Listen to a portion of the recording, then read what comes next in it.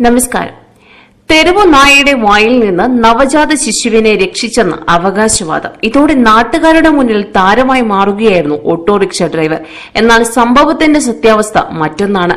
സത്യം പുറത്തായപ്പോൾ മൂക്കത്ത് വിരൽ വെച്ച് നാട്ടുകാർ. രണ്ടാമത്തെ ഭാര്യയിൽ ഉണ്ടായ കുട്ടിയുടെ വിവരം ആദ്യ ഭാര്യ അറിയാതിരിക്കാൻ ഓട്ടോറിക്ഷ ഡ്രൈവർ നുണ പറഞ്ഞതാണെന്നാണ് പോലീസ് അന്വേഷണത്തിൽ വ്യക്തമായിരിക്കുന്നത്. ഇയാൾക്കെതിരെ പോലീസ് കേസെടുത്തു. ഗുജറാത്തിലെ വേജാൽപൂർ പോലീസ് സ്റ്റേഷൻ പരിധിയിലാണ് സംഭവം. സംഭവത്തെക്കുറിച്ച് പോലീസ് പറയുന്നത് ഇങ്ങനെ: കഴിഞ്ഞ ദിവസമാണ് തെരുവു നായയുടെ വായിൽ നിന്ന് നവജാത ശിശുവിനെ രക്ഷിച്ചെന്ന് പറഞ്ഞതിലൂടെ ഓട്ടോറിക്ഷ ഡ്രൈവർ വാർത്തകളിൽ നിറഞ്ഞത്.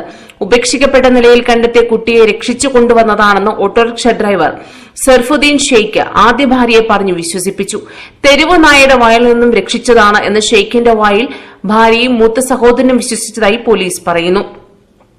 തുടർന്ന് കുട്ടിയെ പോലീസിനെ ഏൽപ്പിച്ചു. ആരോഗ്യനില പരിശോധിക്കാൻ കുഞ്ഞിനെ ആശുപത്രിയിലേക്ക് മാറ്റി. ഓട്ടോറിക്ഷ ഡ്രൈവറുടെ വാക്കുകളിൽ പൊരുത്തക്കേട് തോന്നിയ പോലീസ് വിശദമായി ചോദ്യം ചെയ്തപ്പോഴാണ് സത്യം പുറം ലോകം അറിഞ്ഞത്.